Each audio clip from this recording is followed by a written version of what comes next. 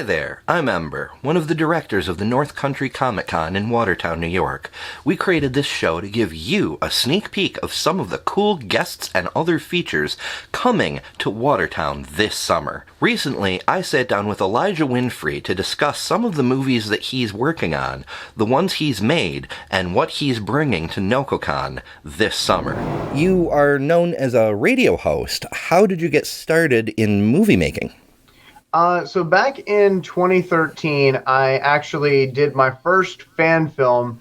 I did a fan film of Batman, and basically we were picking up the story from Batman Forever as if Batman and Robin in the movies after it didn't happen.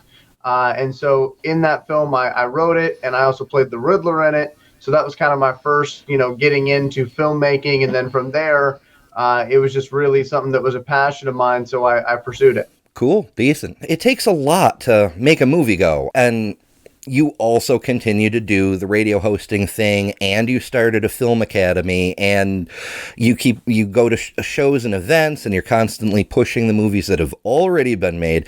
How do you keep going? So normally a day for me is like this. So I wake up in the morning at 5 in the morning. I get to the radio station at 5:30. I go on the air for 6 in the morning, get off the air at 10. I'm still working, even though I'm off the air, until about 1:30. Get home, grab a bite to eat, and then usually after that, I'm focusing on my movie making.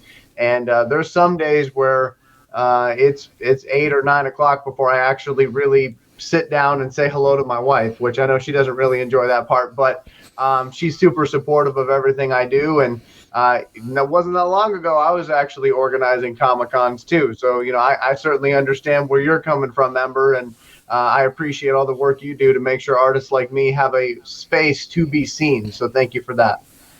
Sure. It's as we've discussed in person before, but for the record, one of the main purposes of Nococon is to emphasize creativity and inspiration. And, it's excellent that you're out there making films and spreading creativity all across the North Country. We're trying, that's for sure. Hell yeah. So, speaking of Nococon, what sort of devious plans might you have in store for us?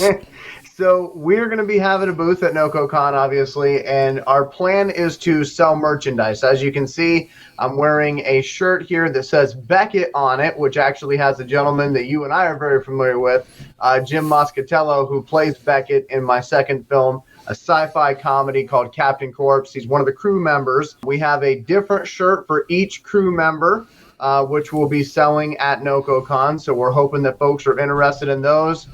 We also will have Blu-rays of my first film, Ballad of Billy Badass. It's exciting for us because it's the first time we've had a booth this big where we've actually had a lot of merchandise to sell.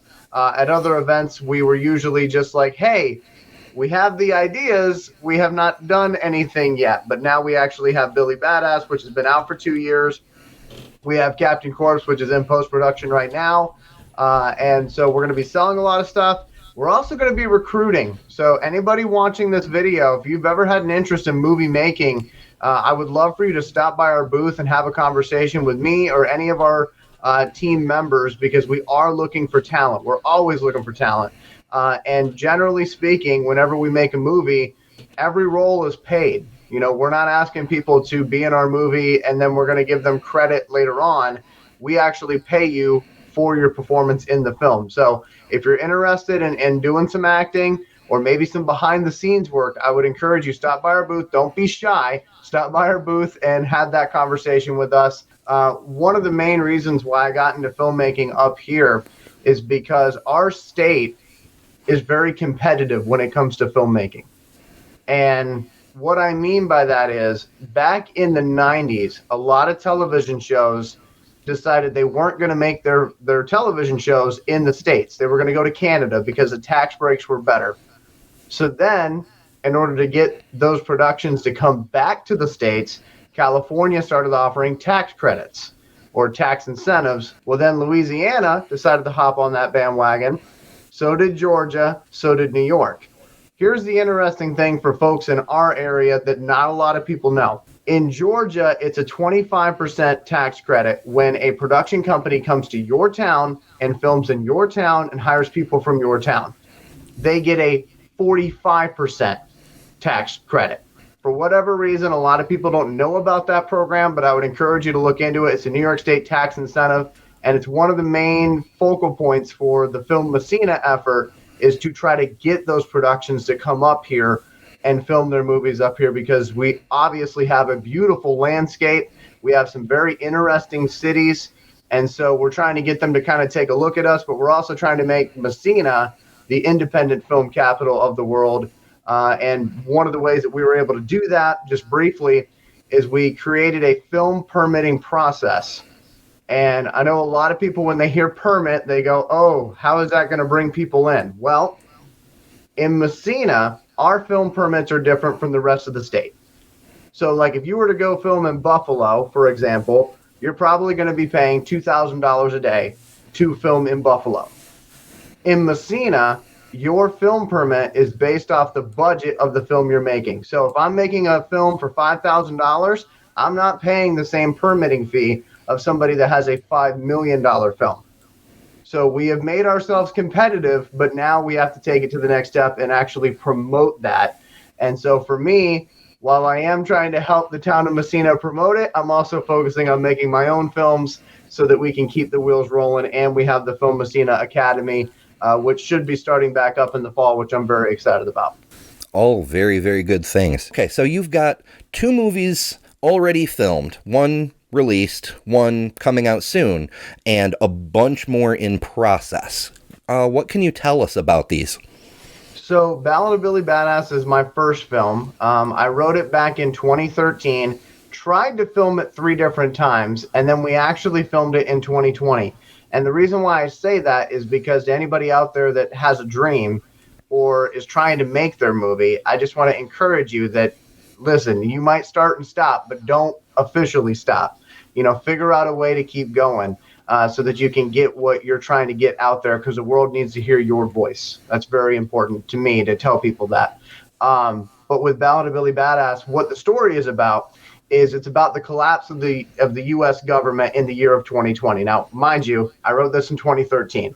I did not know what was going to happen in 2020, it's a prophecy. Yeah, I know. Yeah, exactly. So, but in our story, the U.S. government collapses and organized crime takes over. So you have the entire United States of America filters down to one mega city, and that mega city is split into 4 different districts, each district with its own mob boss. And our story follows Billy Badass, who is the mobster in control of the poorest district. So he wants to make a better life for himself and those around him, but the only way he can do it is if he takes out the competition. That movie is on Tubi TV, and we will have Blu-rays of that available at Nococon. The second film that I'm doing, which is the one I'm wearing the shirt of right now, is Captain Corpse. And this is a sci-fi comedy. And if you can't tell, I go from mobster movie to sci-fi comedy because I'm trying to show that I can do different things. But with Captain Corpse, we set this movie in the year 2050. And basically you have folks on Earth, and then you have privileged folks on Mars. So if you have a criminal record, you're left on Earth. If you're a decent citizen, you might have the chance through a lottery to win yourself a trip to Mars. But anyway, our story follows a bounty hunter named Jonah Corpse, and he is your typical bounty hunter, but he has got the worst team possible, okay? Because every single plan this man makes always goes horribly wrong in the most hilarious way. So he has got Beckett, who you can see on my shirt, played by Jim Moscatello. And Beckett is like your weapons specialist who wishes he was a weapons specialist, if you kind of get what I'm saying. You have Jonesy, who's kind of the brains of the operation. She's played by Kat Kova. And you have Rami, played by Kevin Pentelow, who doesn't really speak in the movie at all. Like, all his comedy is like physical comedy. So I think people will really enjoy that. But basically, Jonah's deal is he wants to marry his girlfriend, Alexa, but her father will not give him his blessing. So Jonah's got to figure out a way to finally make a plan of his work. and that's what Captain Corpse is about. So it's a little bit of a love story, a bit of a comedy, and then we have a bunch of other movies that we're working on. One I can tell you about now. It's called Fourth Coast Killer, and it is going to be our version of Michael Myers or Jason Voorhees. So if you are into horror films at all, we'll have a little bit of information on that one for you at Nococon. But again, it's a slasher film going to be based right up here in upstate New York. And I'm looking forward to seeing what people think of that as well whenever we get that done. So one of the last things that I wanted to mention was kind of just encouragement for folks going to Nococon, okay? If you see a booth that you think can help you, like if you're an artist and you see a booth that you think can help you, I would encourage you to take the steps over to the booth and actually talk to the person there. And the reason why I say this is because I know artists, because I am one, we are very hesitant to actually talk about our own art because we feel like, oh, I look egotistical. Throw that thought away.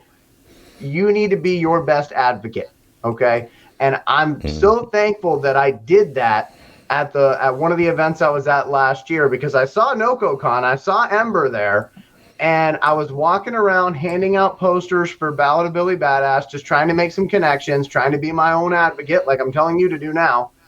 And I almost didn't actually go to the Nococon booth. And I'm so glad that I stopped by and talked to Ember. He's been super supportive of everything I do. So I want to say thank you to Ember for that. And obviously thank you for this opportunity. But again, to artists out there at Nococon, take your shot. It's important. The world needs to hear what you have to say. Obviously, people should come see you at Nococon, but until then, where can folks find you? Folks can find us on Facebook, YouTube, and TikTok, and Instagram, and it's all just Elijah Winfrey Studios. Alrighty, Elijah. Well, thank you for joining us today, and we're looking forward to seeing you in when this airs, in just a couple weeks. All right, sounds like a plan. Ember, thank you so much again. I appreciate it. Thank you all so much for watching. Please take a moment to hit that subscribe button for more interviews with other guests and featured creators, as well as highlights from the 2023 show still to come. Tickets are on sale now, so we will see you this June. Set a course for our YouTube channel for interviews with more guests and featured creators bringing the epic to Watertown. Make it so.